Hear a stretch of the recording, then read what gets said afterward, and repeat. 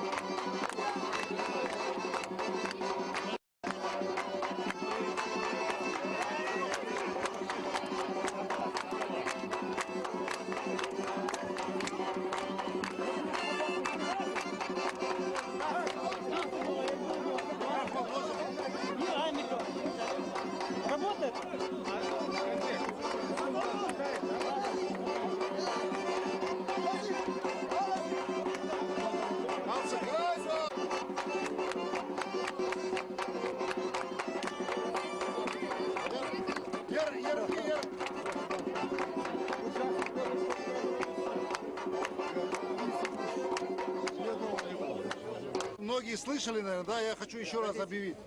Значит, тренеру Манкиева квартиру мы выделяем. Тренеру Манкиева, Руслан, где чахки? Мы выделяем квартиру в Магасе. Но Назиру, само собой, выделяем. Значит, для Назира отца мы даем машину.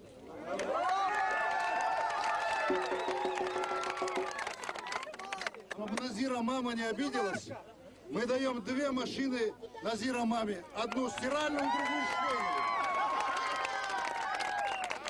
Не торопитесь, я сказал одну стиральную, другую швейную. Потому что все равно это автомашина, это все равно и будет ее. Так что у Назира мама 3 машины сразу получается. Значит, Ислам Тимурзиев у нас имеет квартиру. Значит, тренер имеет квартиру. Значит, у нас квартиру мы выделяем Чахкиеву. Не, зачем Руслану? Руслану уже выйдет, ему одну хватит. Рахиму. И ну, у Руслана Чапанова есть квартира. Все равно вот тренеру, который воспитывал, который Чапанова воспитывал, мы ему тоже выделим машину. Он живет в другом регионе. Дауда Рапиеву тоже выделим машину. Вот. Поэтому я хотел вот это объявление сделать. Оно все впереди у нас. Не будем торопиться, все. Поэтому... Объявили. Поэтому единственная у меня просьба, Кезик, вот так, чтобы мы вот так разошлись чуть-чуть, чтобы было танцевать кому удобно.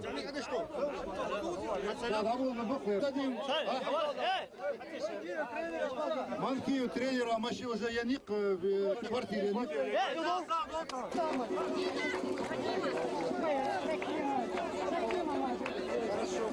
Я их потом отдельно с родителями вас буду всех принимать. Тут мои родственники. Мы будем поддерживать будем во всем.